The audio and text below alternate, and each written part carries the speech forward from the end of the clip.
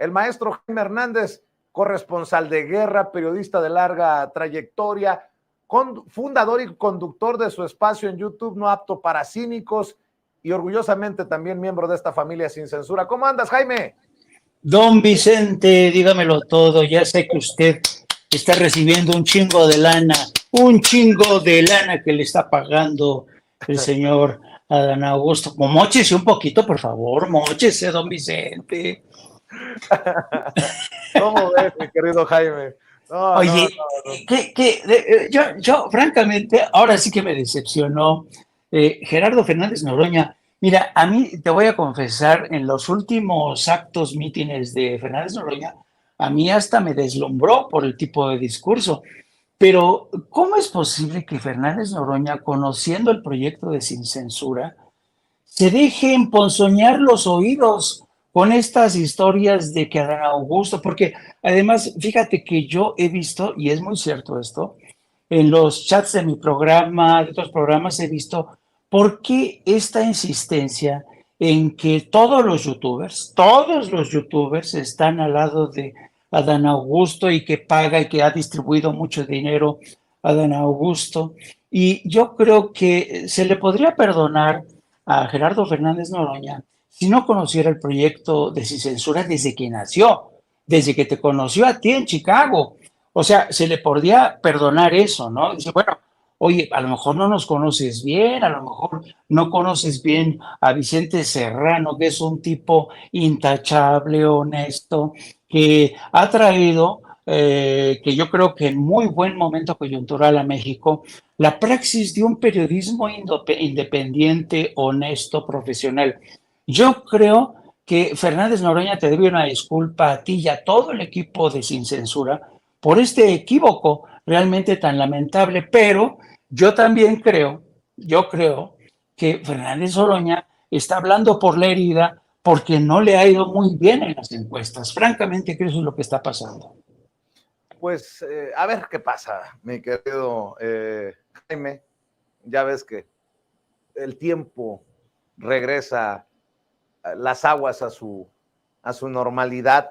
Oye, donde sí está muy cabrona la cosa es en la mañanera cuando el presidente le deja un raspón muy fuerte a la revista Proceso, y sí. Es que anda desatada la guerra sucia, es un desmadre, todos contra todos. Ayer, saliendo de la asamblea, del cierre de recorridos, Adán me dice, a pesar de la guerra sucia, les ganamos, dice, en referencia a los medios y a los periodistas que lo han traído a cola, como decimos en el pueblo, pero esta portada de la revista Proceso, yo creo que ha hecho revolcarse en su tumba al mismísimo Julio Scherer García, fundador de la revista que fue, pero ya no es, mi querido Jaime.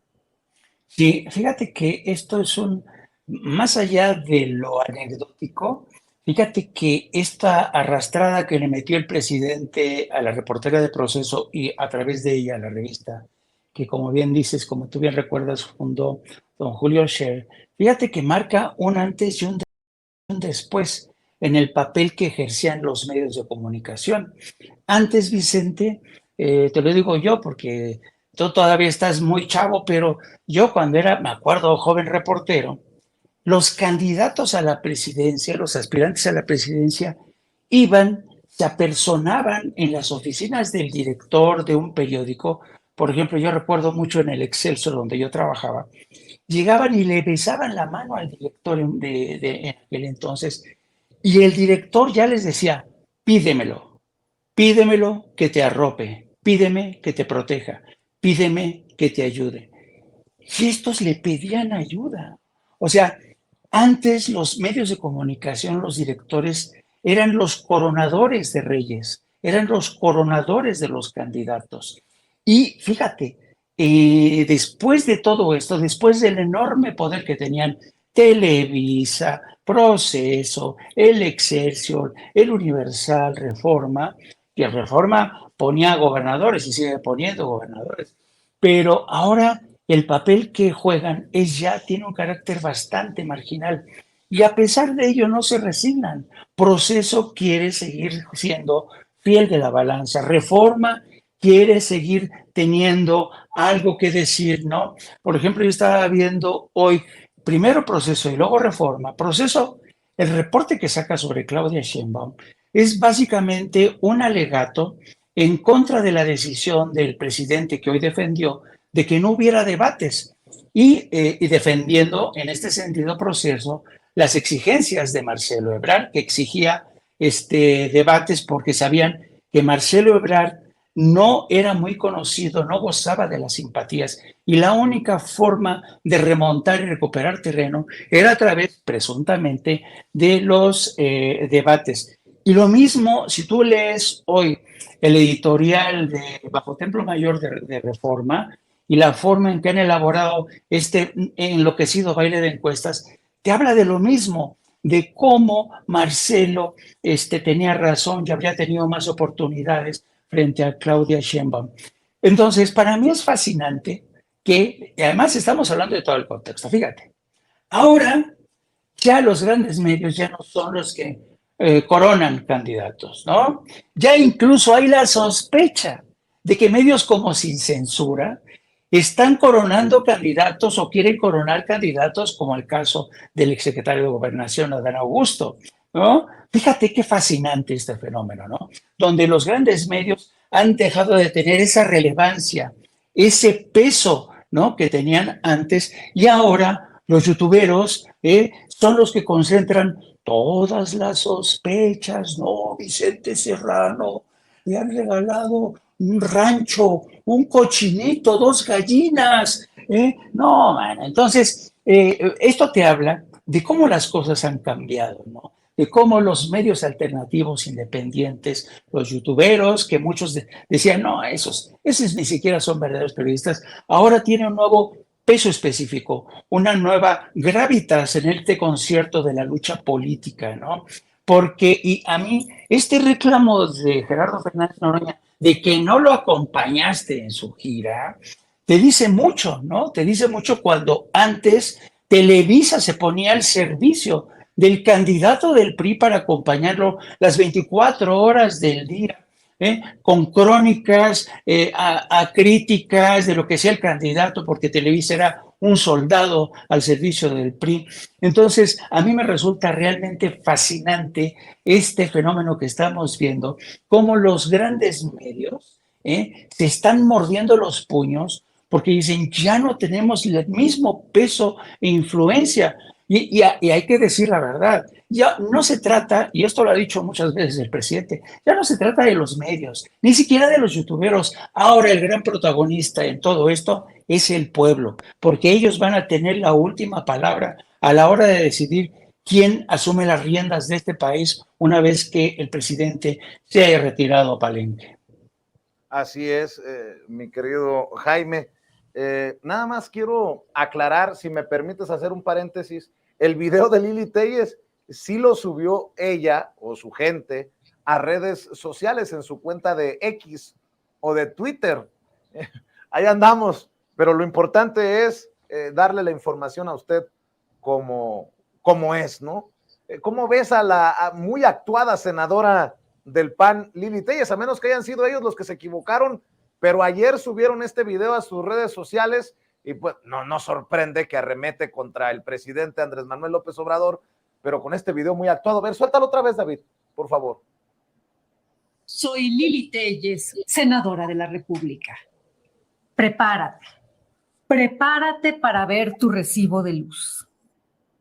Aumentaron las tarifas.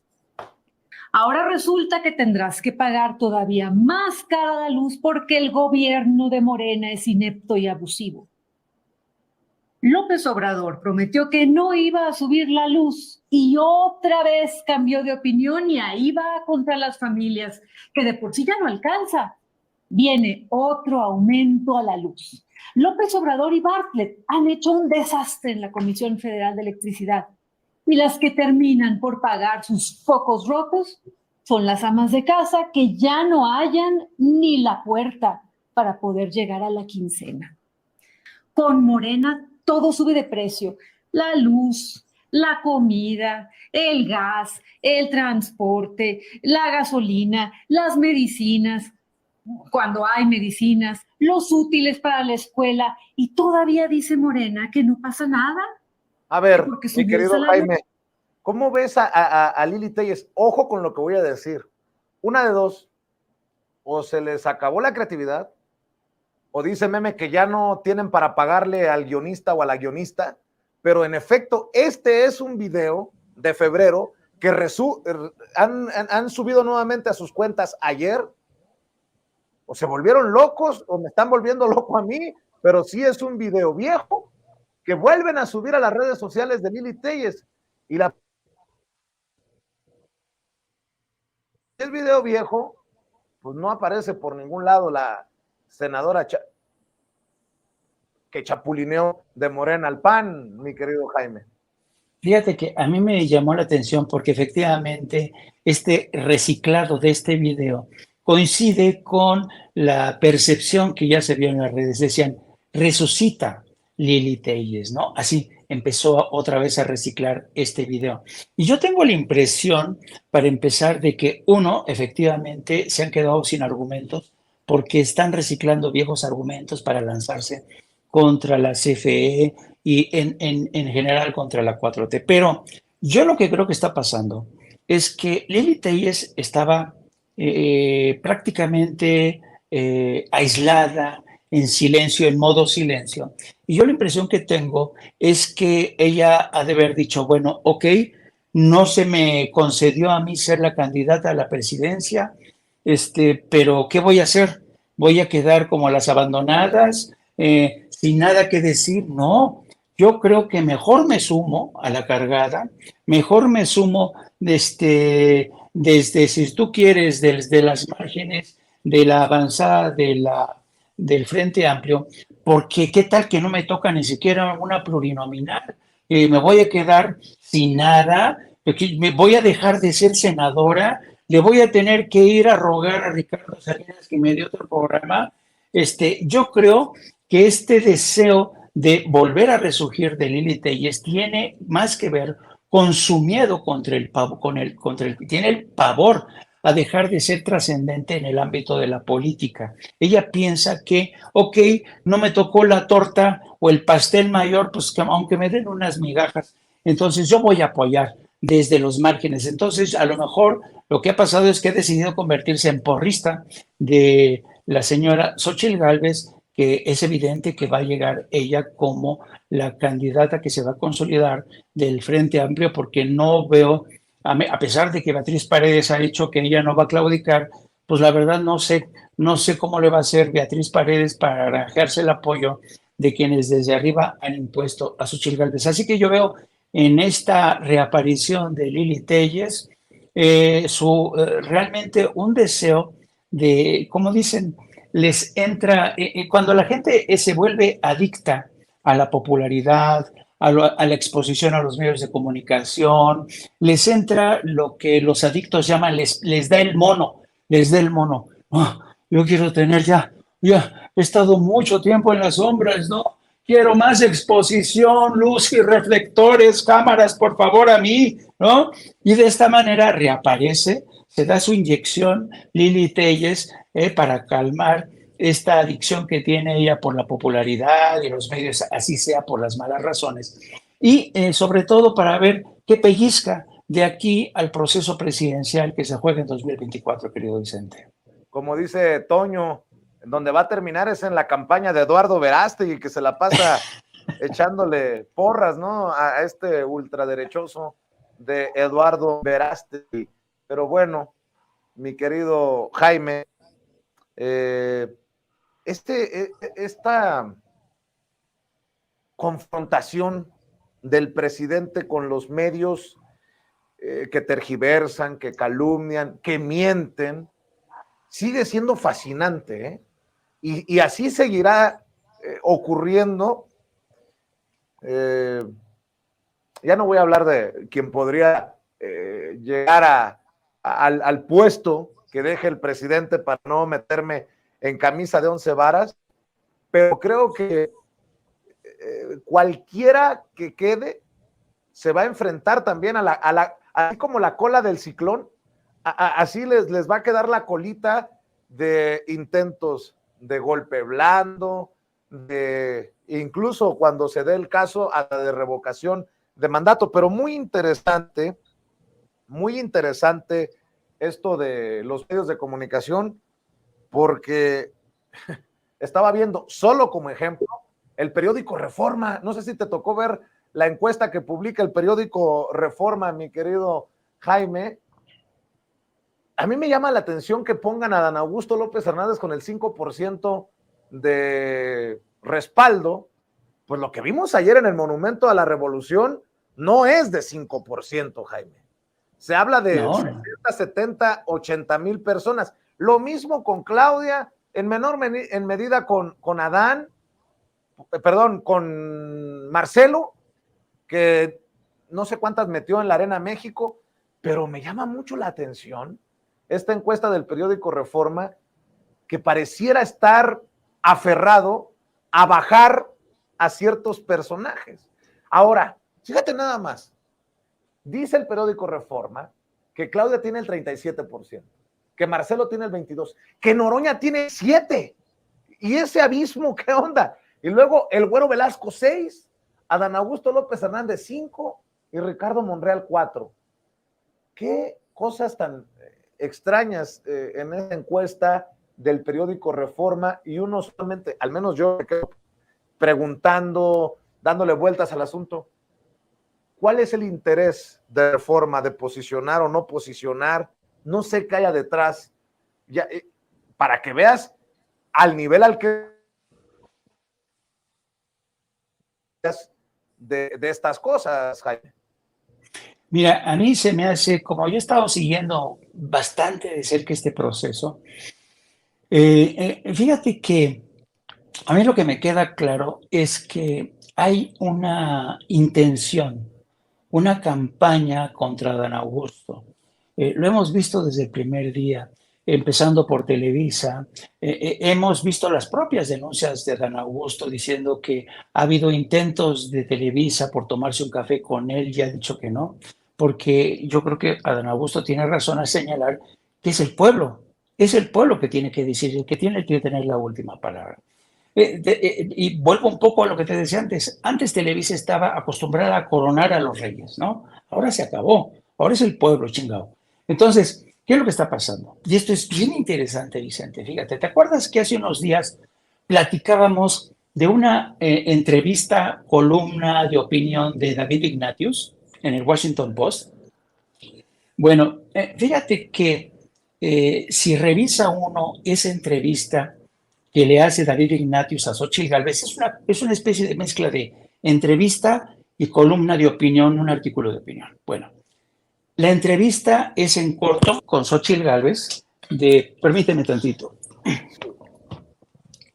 La entrevista es en corto con Xóchitl Gálvez en un tramo de su campaña. Y es donde ella le dice a David Ignatius que ella nació en la pobreza, que esta era una niña que tenía un padre maltratador y alcohólico. O sea, le vendió la historia y David Ignatius, que es un periodista veterano, no se tomó la molestia de compulsar o de contrastar esta versión de Xóchitl Gálvez. Pero ¿sabes quién estaba entre la gente que andaba trayendo Ignatius por aquí y por allá? Era Jorge Castañeda, que son los interlocutores de toda la gente del Washington Post, del New York Times y hasta de la CNN. Entonces Jorge Castañeda coachando a David Ignatius y luego se van todos a cenar en un restaurante mexicano y ahí entre todos le cuentan a David Ignatius, algunos de ellos con lágrimas en los ojos, la forma en que el presidente había respondido a los periodistas mexicanos cuando le preguntaron sobre los chicos de Lagos de Moreno, los 5 chicos de Lagos de Moreno que habían desaparecido. Y narra David Ignatius cómo algunos de sus interlocutores con lágrimas en los ojos en esa cena habían dicho, pero ¿cómo es posible que este presidente esté actuando de esta manera? Un elemento adicional y muy importante. David Ignatius es un proxy de la CIA. ¿Qué quiere decir esto? David Ignatius a lo largo de su carrera trabajó y cubrió la fuente de la CIA.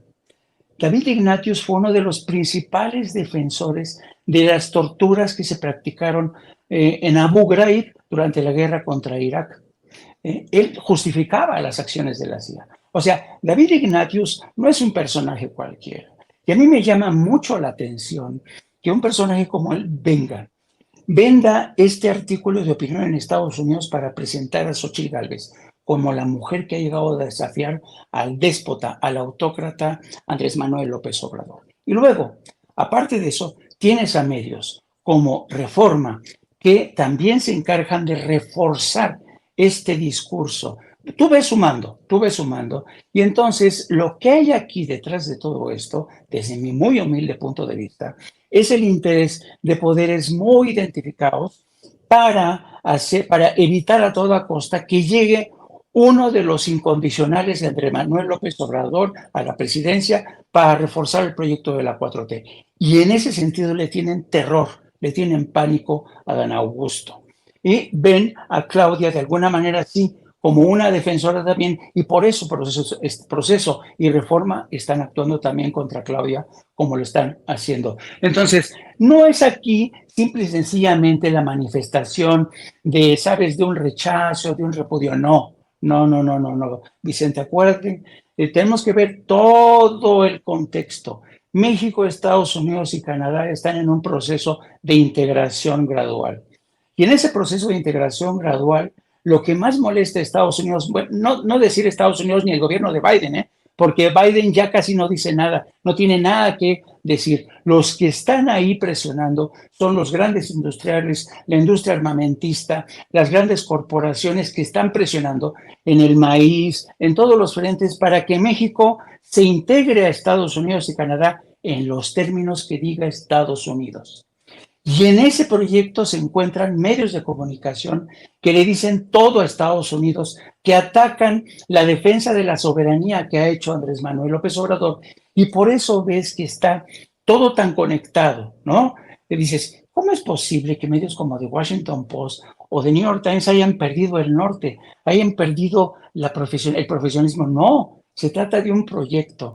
Llámenme conspiranoico, llamen lo que ustedes quieren, pero si ustedes van sumando los escenarios, quién está hablando con Xóchitl Gálvez, la forma en que presentan a Xóchitl Gálvez como la mujer que le tienen miedo en Palacio Nacional, van sumando y vas a ver que todo esto. Entonces, tu comentario último, quien llegue a Palacio Nacional va a enfrentar aún más estas presiones de estos medios de comunicación. Ojo, desde medios nacionales y desde medios en Estados Unidos y sobre todo sí en Estados Unidos, pero también en Canadá. Esa es mi lectura que yo tengo y a mí en lo personal me resulta preocupante porque fíjate que esta lucha no es una lucha por las 8 columnas de un día, no, es la lucha en contra y a favor de un proyecto como la 4T. Así es. Ahora leía a una compañera del movimiento que decía, ser de izquierda y creer en las encuestas de Reforma es una contradicción hasta biológica, dice, abusados. Pues es que, ay cabrón, ¿cómo creer en el...? Y luego sacan de que el presidente, hoy presidente, en algún momento sacaba una encuesta de Reforma en redes sociales. Pues sí, pero ahora como presidente ha exhibido como pasquín inmundo al periódico Reforma, pero bueno, incluso en eso hay debate, mi querido Jaime, ¿a qué medio creerle, a qué encuesta creerle? Y se siguen jaloneando cuando la verdadera encuesta es la que se hará a través de Morena en estos próximos días y los resultados se darán el 6 de septiembre, así que ni para qué se rasgan las vestiduras, ¿no? Sí, yo he recomendado a la gente, no le crean a las encuestas, no le crean. Vicente, ¿te acuerdas? Cuando Donald Trump, nadie lo veía como el candidato inevitable, y porque las encuestas así lo decían, ¿y qué tal? Menuda sorpresa que nos llevamos, ¿no? Entonces, lo que está pasando en las encuestas ya demostraron que no son infalibles. Las encuestas mienten, fallan. Yo le recomiendo a la gente, no escuchen el canto de sirena de estas encuestas. concéntrense en la encuesta que va a tener resultado definitivo el 6 de septiembre. Esa va a ser la encuesta que va a tener la última palabra. Y después que no venga Marcelo Ebrard. No, es que esas encuestas está amañada, Ricardo. No. Ustedes aceptaron que el método de la encuesta es el que iba a tener la última palabra.